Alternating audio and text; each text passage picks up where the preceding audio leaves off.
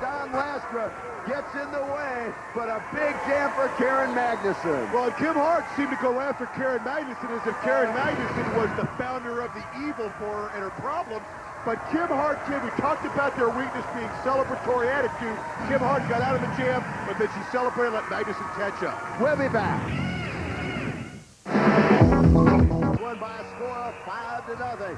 Now the Nevada Hot Guys badly needed some points. Turned to Laura Weintraub. They put a jammer helmet on her, along with number 36.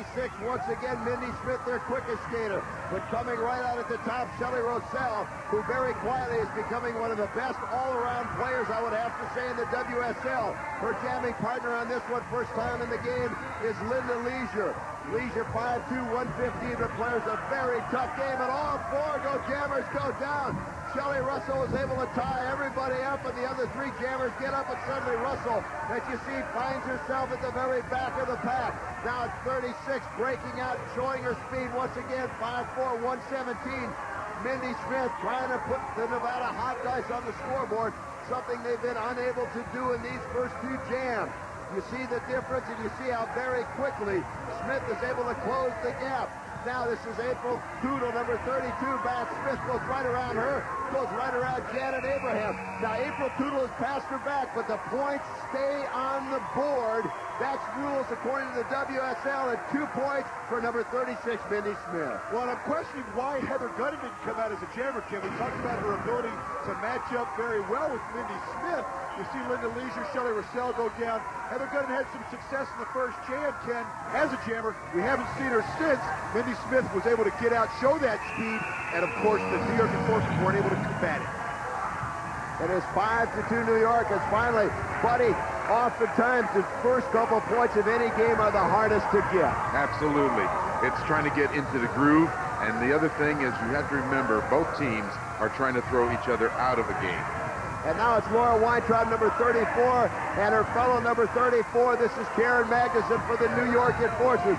The only two jammers out in a very seesaw game so far. It was all Enforcers in the first two jams, and the Hot Guys coming on, and that continues as Laura Weintraub is able to drop Karen Magnuson. A good opportunity for Weintraub as the Hot Guys trail this one by 3, and it's on the shoulders of Laura Weintraub to see if she can pull her closer.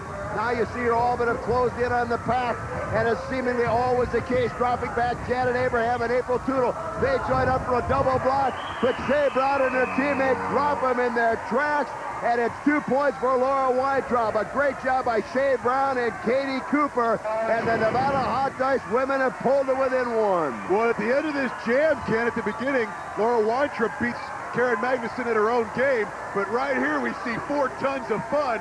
Shea Brown and Katie Cooper uncharacteristically taking out 2 of the Sisters of Suffering led by Janet Abraham. It's powerful all over the place. That is a close-up look at the leader of the showgirls, Kim Hart, and to April Toodle and Janet Abraham. Remember, that was Hawk that made the tonnage comment for the record.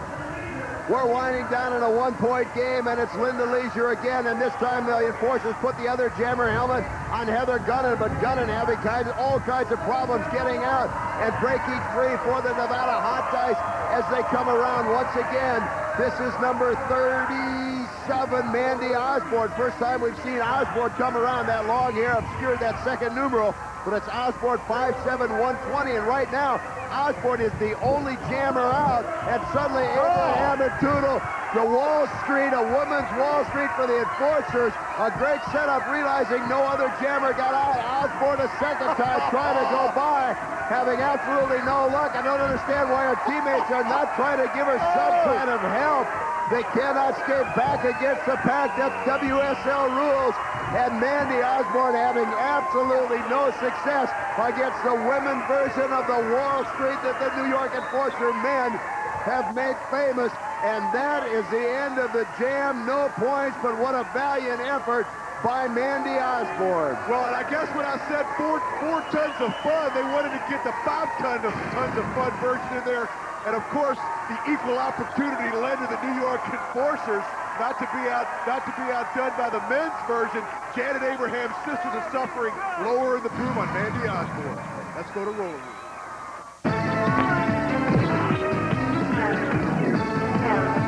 I'm Sean Corbin, head official of the World Skating League. I figured it's time you learn the rules from someone who actually knows the rules. The most important job for a referee is to determine how many points are scored on a jam. A point is scored every time a jammer laps an opposing skater. Here Denise Loden is passing members of the California Quakes. Although she passes them several times, she only receives 1 point for each one that's lapped. Here, Loden whips Debbie Rice past Brooke Sonneman. But before Rice falls off the jam, Sonneman passes her back. Does Rice get the point? Yes, she does. Because once she passes the other skater, the point is there for good. Now you know the rule. We'll be back with the second period right after this.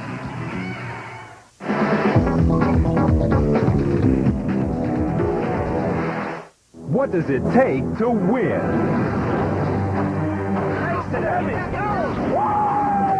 You're gonna bungee jump, you asshole. We don't have time. Go! The race is on.